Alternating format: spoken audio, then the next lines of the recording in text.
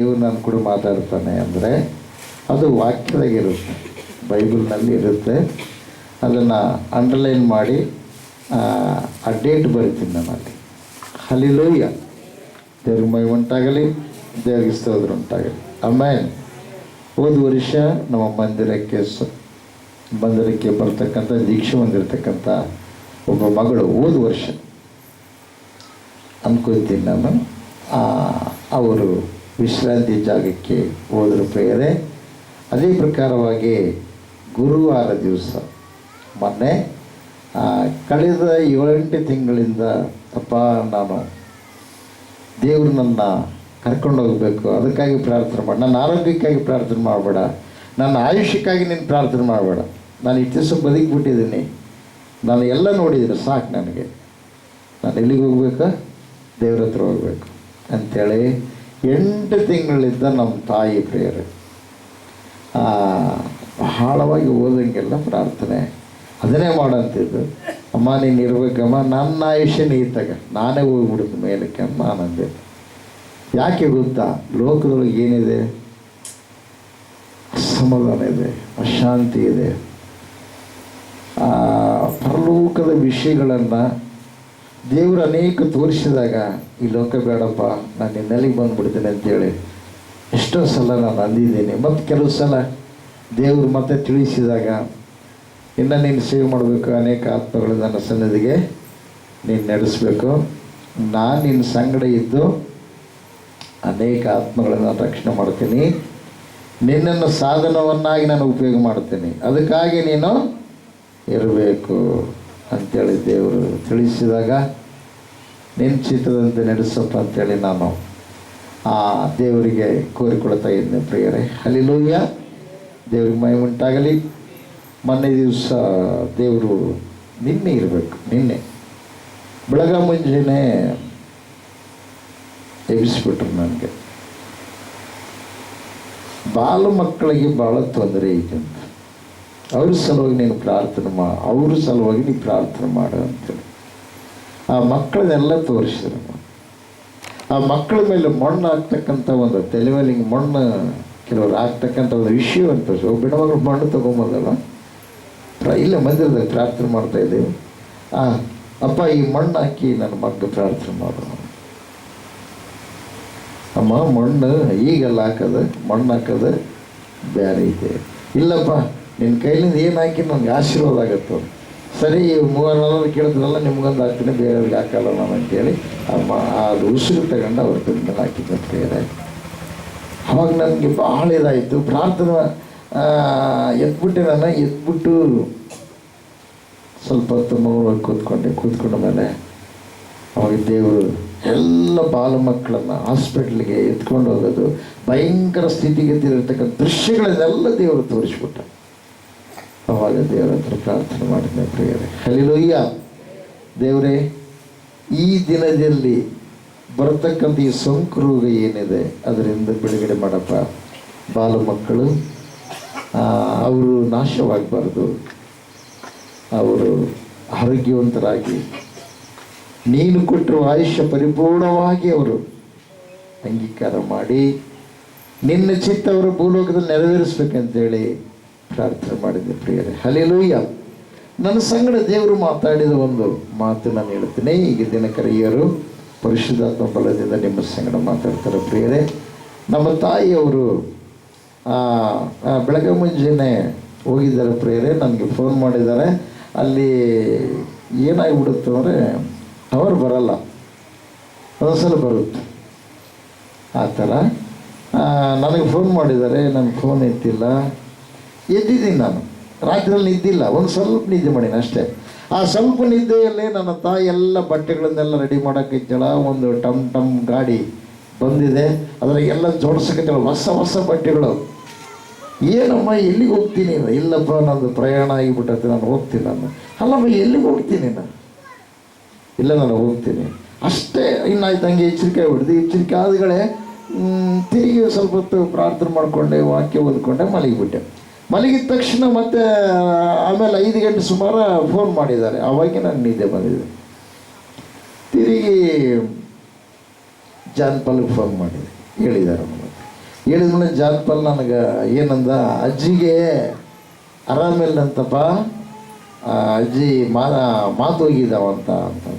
ಅಜ್ಜಿಗೆ ಮಾತು ಹೋಗೋದಲ್ಲಪ್ಪ, ಅಜ್ಜಿ ಹೋಗಿಬಿಟ್ಟಾಳ ಅಂತ ನಾನು ಅಂದೇ ಇಲ್ಲ ಜಾನ್ಪಾಲ್, ಹೌದಾ? ಹಾಂ, ನನಗೆ ಯಾರು ಹೇಳಿಲ್ಲ, ಅದರ ದೇವರು ತೋರಿಸಿದ್ದಾರೆ. Praise the Lord. ದೇವ್ರಿಗೆ ಮಹಿಮೆ ಉಂಟಾಗಲಿ. ಅನೇಕ ಸಲ ಇಲ್ಲಿ ಬಸವನಗೌಡ ಅವ್ರ ಅಕ್ಕ ಹೋಗುವಂಥ ಸಮಯದಲ್ಲಿ ಕೂಡ ನನಗೆ ದೇವ್ರ ದರ್ಶನ ಆದಮೇಲೆ, ನೀನು ಹೋಗಿ ಪ್ರಾರ್ಥನೆ ಮಾಡೋದಾನ, ಈ ಮಗಳನ್ನ ಆ ಮಗಳು ಬಯಸಿದಾಳೆ, ಅದಕ್ಕಾಗಿ ನಾನು ರಾಜ್ಯಕ್ಕೆ ನಾನು ಕರ್ಕೊಂಡು ಹೋಗ್ತೀನಿ ಅಂತೇಳಿ ಆಯಮ್ಮ 8 ತಿಂಗಳಿಂದ ಪ್ರಾರ್ಥನೆ ಮಾಡಿ, ಏಸಪ್ಪ ನನ್ನ ಕರ್ಕೊಂಡೋಗಿ, ಏಸಪ್ಪ ನನ್ನ ಕರ್ಕೊಂಡೋಗಿ. ನಾನು ಪ್ರಾರ್ಥನೆ ಮಾಡ್ದಂಗೆಲ್ಲ ಆರಾಮಾಗಬೇಕು, ಮನೆಗೆ ಬಂದಂಗೆಲ್ಲ ಪ್ರಾರ್ಥನೆ ಮಾಡಬೇಕು. ಈಕೆಗೆ ಏನು ಹೆಚ್ಚು ಕಡಿಮೆ ಆಗ್ಬೋದು. ಹೆಚ್ಚು ಕಡಿಮೆ ಆದಮೇಲೆ ಮತ್ತೆ ನಾನು ಸಾಯಂಕಾಲ ಹೋದಂಗೆಲ್ಲ ಪ್ರಾರ್ಥನೆ ಮಾಡಿದಾಗ, ಏನಮ್ಮ ಇಷ್ಟೊತ್ತಿನ ಮಲಗಿದ್ದೆ, ಮತ್ತೆ ಈಗೆಲ್ಲಿ ಆ್ಯಕ್ಟಿವ್ ಆಗಿ ಅಡ್ಡಾಡ್ತೀಯಲ್ಲ. ಹೋದ ತಕ್ಷಣ ನೋಡಿದ ತಕ್ಷಣ ಜ್ವರ ಇರಬೇಕು, ಸ್ವಲ್ಪ ಪ್ರಾರ್ಥನೆ ಮಾಡಿ ಕುಂತು ಟೀ ಮಾಡಿದ್ರೆ ಜ್ವರ ಹೋಗಿಬಿಡ್ಬೇಕು, ಆರಾಮಾಗಿ ಬಿಡ್ಬೇಕು ಅಲ್ಮೇರಲ್ಲಿ. ಆ ಪ್ರಕಾರ ಏನಪ್ಪ ಅಂದ್ರೆ ದೇವರ ಮಗಳ ಒಂದು ಜೀವಿತದಲ್ಲಿ ಕೂಡ ಅನೇಕ ಅದ್ಭುತಗಳು ಮಾಡಿದ ಪ್ರಿಯರೇ. ಅಳಿಯನಿಗೆ ಕಿಡ್ನಿಗಳಲ್ಲಿ ಹರಳುಗಳಿದ್ದವು, ಆಮೇಲೆ ದುರ್ಮಾಂಸಗಳಿತ್ತು, ಒಂದು ಕಿಡ್ನಿ ತೆಗಿಬೇಕಂತ ಹೇಳಿದರು. ಬಳ್ಳಾರಿ ಹಾಸ್ಪಿಟಲ್ ಅಡ್ಮಿಟ್ ಆಗಿದ್ರು.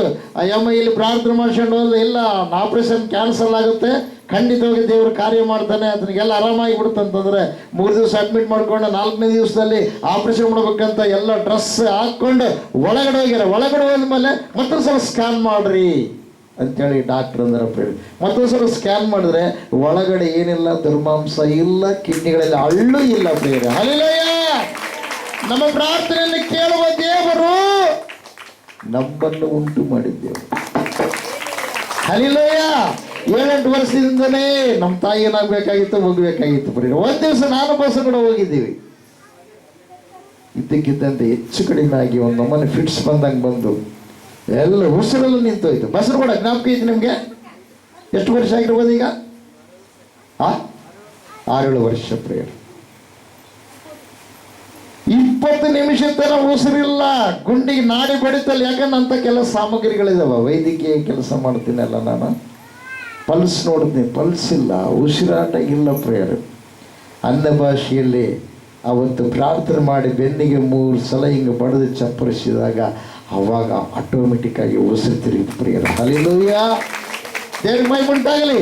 7 ವರ್ಷ ದೇವರೇ ನಮ್ಮ ತಾಯಿನ ಬದುಕಿಸ್ಬೇಕಂದ್ರೆ 7 ವರ್ಷ ಬದುಕಿಸಿದ. ದೇವ್ರಿಗೆ ಮಹಿಮೆ ಉಂಟಾಗಲಿ, ದೇವರಿಗೆ ಸ್ತೋತ್ರ ಉಂಟಾಗಲಿ. ಬಲವೇದ ಕೃತ ಮಹಾರಾಜಕ್ಕೂ ಆಮೇನ್. ಹಲ್ಲೆಲೂಯಾ. ಪ್ರಿಯವಾದವರೇ, ಪ್ರಾರ್ಥನೆ ಕೇಳುವ ದೇವರು. ಪ್ರಿಯರು, ಅನೇಕ ಕಾರ್ಯಗಳನ್ನು ಮಾಡುವಂಥ ದೇವರು ಮಾಡಿಸುವಂಥ ಸಮಯದಲ್ಲಿ ಬಸರುಗಳು ನನ್ನ ಜೊತೆಗೆ ಇದ್ದಾಗ ಅನೇಕ ಕಾರ್ಯಗಳು ಕೂಡ ನಡೆದವ. ಅವ್ರು ನೋಡ್ಯಾರ ಅದನ್ನು. ಹಲ್ಲೆಲೂಯಾ. ಅದಕ್ಕಾಗಿ ಎಲ್ಲಿ ಹೋದ್ರು ಕೂಡ ಬಸನಗೌಡರು ಏನು ಮಾಡ್ತಾರೆ ಗೊತ್ತಾ?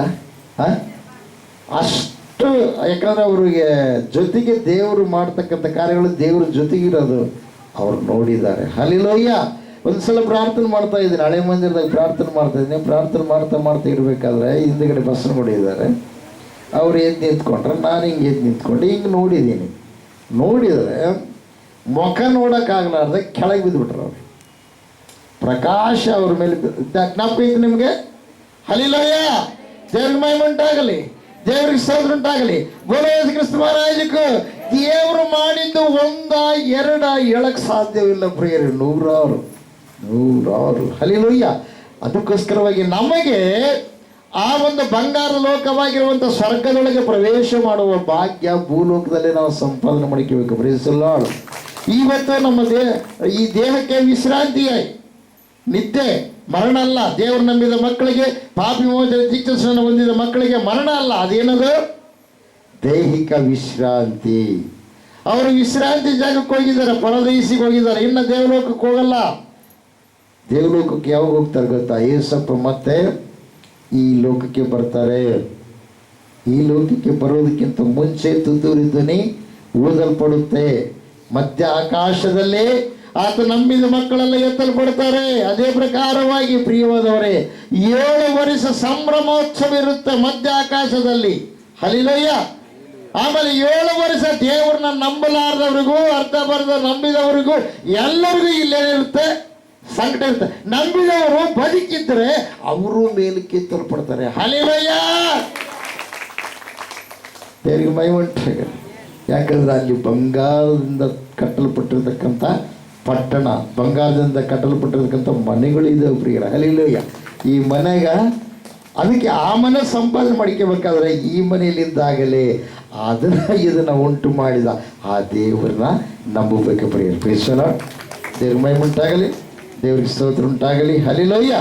ಅವಾಗ ಏಸಪ್ಪ ಮತ್ತೆ ಏನು ಮಾಡಿದ್ರೆ 7 ವರ್ಷ ಆದ ನಂತರ ಅವಾಗ ಭೂಮಿಯಲ್ಲಿ ಇರ್ತಕ್ಕಂಥ ಅನೇಕ ಜನರು ಏಸಪ್ಪ ನೀನೇ ನಿಜವಾದ ದೇವರು ಅಂತೇಳಿ ಕೆಲವರು ಅದನ್ನು ಆರಾಧನೆ ಮಾಡಿದಾಗ ಅವರ ಒಂದು ಮನವಿಯನ್ನು ಕೇಳಿ ಮತ್ತೆ ಭೂಮಿ ಮೇಲೆ ಬರ್ತಾನ ಪ್ರಿಯ. ಯಾಕಂದರೆ ಒಬ್ಬ ಇಡೀ ಭೂಲೋಕಕ್ಕೆ ಒಬ್ಬ ರಾಜನೇ ಆಳ್ತಾನ, ಅವನಿಗೆ ಎಲ್ಲರನ್ನು ಹಿಂಸೆ ಪಡಿಸ್ತದೆ, ನಾನೇ ದೇವರು ನಾನೇ ದೇವರು ಅಂತ ತಿಳ್ಕೊಂಡು ಅವ ಸೈತಾನ ಪ್ರಿಯರೇ. ಅವಾಗ ಆ ಹಿಂಸೆಯನ್ನು ನೋಡಿ ಅವರು ದೇವರಿಗೆ ಮನವಿ ಮಾಡೋದು ನೋಡಿ ಇಳಿದು ಬಂದು ಬಾಯಿ ಉಸಿರಿನಿಂದ ಅವನ್ನ ದೇವರೇನು ಮಾಡ್ತಾನೆ, ಸಾಯಿಸ್ತಾನ ಪ್ರಿಯರೇ. ಹಲ್ಲೆಲೂಯಾ. ದೇವ್ರಿಗೆ ಮಹಿಮೆ ಉಂಟಾಗಲಿ. ಆಮೇಲೆ ಇವರೆಲ್ಲರನ್ನು ರಕ್ಷಣೆ ಮಾಡ್ತಾನೆ. ಒಂದು ಆತ ಬಂದು ಹಿಂಗೆ ಕಾಲಿಟ್ಟಾಗ ಯೆರೂಸಲೇಮಿನಲ್ಲೇ ಕಾಲಿಡ್ತಾನೆ, ಇಸ್ರಾಯೇಲ್ ದೇಶದಲ್ಲೇ ಕಾಲಿಡ್ತಾನೆ. ಆ ಒಂದು ಗುಡ್ಡದ ಮೇಲೆ ಕಾಲಿಟ್ಟಾಗ ಆ ಗುಡ್ಡವು 2 ಭಾಗ ಆಗುತ್ತೆ. ಏನಾಗುತ್ತೆ? 2 ಭಾಗ. ಆ ಸಂದಿನಲ್ಲಿ ಈ ಭಕ್ತರು ಎಲ್ಲರನ್ನ ಒಳಗಾಗ್ತಾನೆ ಪ್ರಿಯರೇ. ಮೊದಲು ನಂಬಿದವರು ಆತನ ಜೊತೆಗಿದ್ದಾರೆ. ಆಮೇಲೆ ನೀನೇ ನಿಜವಾದ ದೇವರು ಅಂತ ಅವರೆಲ್ಲರನ್ನ ಅಲ್ಲಿ ಒಳಗಾಕಿಬಿಟ್ಟು ಅವ್ರನ್ನ ಕಾಪಾಡಿ ಅವಾಗ ಏನು ಮಾಡ್ತಾನೆ ಗೊತ್ತಾ, ಇವನ್ನ ಸಾಯಿಸ್ತಾನೆ, ಇವನ ಅನುಚರನ ಸಾಯಿಸ್ತಾನೆ. ಸಾಯಿಸಿದ ಮೇಲೆ ಅವಾಗ ಭೂಲೋಕದಲ್ಲಿ 1000 ವರ್ಷ ದೇವರು ಆಳ್ತಾರೆ. ಹಲ್ಲೆಲೂಯಾ.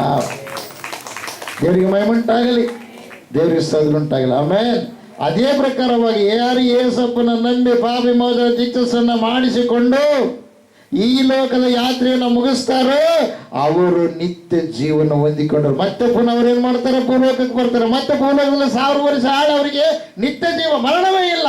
ಆಮೇಲೆ 1000 ವರ್ಷ ಆದ ನಂತರ ಮತ್ತೆ ದೇವಲೋಕದಲ್ಲಿ, ಬಂಗಾರ ಲೋಕದಲ್ಲಿ ಪ್ರವೇಶ ಮಾಡ್ತಾರೆ. ಹಲ್ಲೆಲೂಯಾ.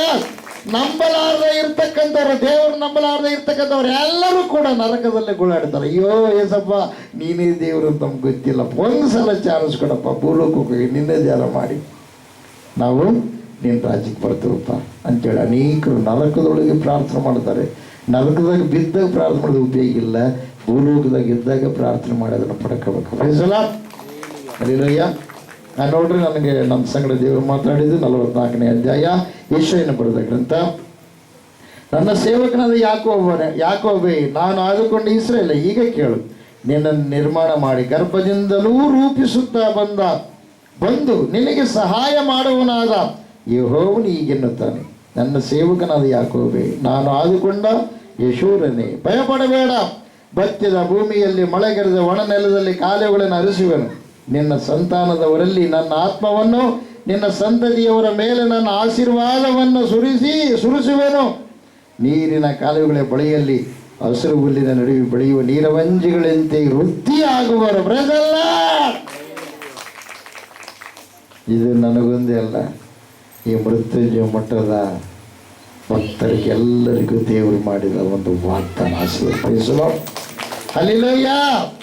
ಆಮೇಲೆ ಮುಂದೆ ಮಾತಾಡಿದ್ರೆ ಪ್ರಿಯರೇ, ಅನ್ಯ ಜನರಲ್ಲಿ ಒಬ್ಬನು ನಾನು ಯೆಹೋವನ ಭಕ್ತನು ಎಂದು ಹೇಳಿಕೊಳ್ಳುವನು.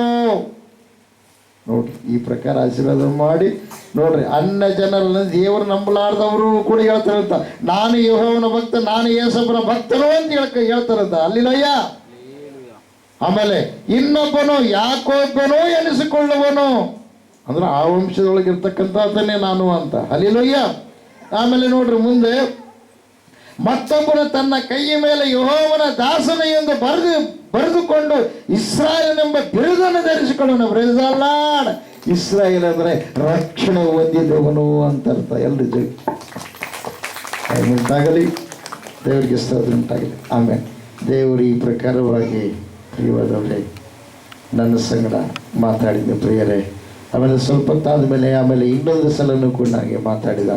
ಯಾಕೋಬ ಇಸ್ರಾಯೇಲ್, ಈ ವಿಷಯಗಳನ್ನು ಜ್ಞಾಪಕದಲ್ಲಿಟ್ಟುಕೋ, ನನ್ನ ಸೇವಕನಾಗಿದ್ದೀಯಲ್ಲವೇ ಇಸ್ರಾಯೇಲೇ, ನಾನು ನಿನ್ನನ್ನು ನಿರ್ಮಿಸಿದನು, ನೀನು ನನ್ನ ಸೇವಕನು, ನಿನ್ನನ್ನು ಮರೆತು ಬಿಡೇನೋ. ಹಲ್ಲೆಲೂಯಾ.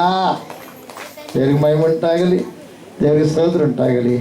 ಬೋಲೋ ಯೇಸು ಕ್ರಿಸ್ತ ಮಹಾರಾಜ ಖುಷಿ. ದೇವ್ರ ವಾಕ್ಯ ನಮ್ಮನ್ನು ಆತ್ಮವಾಗಿ ಆಶೀರ್ವದಿಸಿ ಕಾಪಾಡಲಿ. ಆಮೇಲೆ ನಮ್ಮ ತಾಯಿಯವರು ಇಲ್ಲಿದ್ದಾರೆ, ಈಗ ವಿಶ್ರಾಂತಿ ಜಾಗಕ್ಕೆ ಹೋಗಿದ್ದಾರೆ. ಮತ್ತು ಅವ್ರು ಏನು ಮಾಡ್ತಾರೆ, ಬರ್ತಾರೆ ಪ್ರೇರೆ. ಹಲ್ಲೆಲೂಯಾ. ಈ ಮೃತ್ಯುಂಜಯ ಮಠದಿಂದ ದೀಕ್ಷಾಸ್ನಾನ ಹೊಂದಿದವರು ಅನೇಕರು ಕೂಡ ಹೋಗಿದ್ದಾರೆ. ಆ ಗೋಣದಲ್ಲಿದ್ದ ಗಂಗಮ್ಮ ಅಜ್ಜಿ, ಗಂಗಮ್ಮ ಅವ್ವ ಹೋಗಿದ್ದಾರೆ. ಅದೇ ಪ್ರಕಾರವಾಗಿ ಅಲ್ಮರ್ಲಿಂದ ನಿಂಗಮ್ಮ ಅವರು ಹೋಗಿದ್ದಾರೆ. ಹೊಸನಗೂಡಿನ ಆ ಗಿಣವಾರದಿಂದ ಗಂಗಮ್ಮ ಅಂತಕ್ಕಂಥ ಅಯ್ಯಮ್ಮನ ತಾಯಿ ಅವರು ಹೋಗಿದ್ದಾರೆ. ಅದೇ ಪ್ರಕಾರವಾಗಿ ಅಯ್ಯಣ್ಣನ ತಾಯಿ ಅಯ್ಯಮ್ಮನ ಹೆಸರು ಏನ್ರಿ? ಪರಮಸ್ತೀನಿ, ಅದೇ ಗುಂಡಮ್ಮ ಅಂತ ಹೇಳ್ತಾರೆ, ಇದ್ದಿರ್ಬೋದು. ನಿಂಗಮ್ಮ ಹಲಿಲೋಯ್ಯ, ನಿಂಗಮ್ಮ ಅವರು ಹೋಗಿದ್ದಾರೆ. ಪ್ರಿಯವಾದವರೇ, ಇನ್ನೂ ಅನೇಕರು ಹೋಗಿದ್ದಾರೆ, ಅವ್ರ ಹೆಸರು ಜ್ಞಾಪಕ ಬರ್ತಾ ಇಲ್ಲ. ಅವರೆಲ್ಲರೂ ಎಲ್ಲಿದ್ದಾರೆ? ಈಗ ಪರದೇಶಿನಲ್ಲಿದ್ದಾರೆ. ಎಲ್ಲಿ ಕಟ್ಟಿದ್ದಾರೆ? ಹಲಿಲೋಯ್ಯ.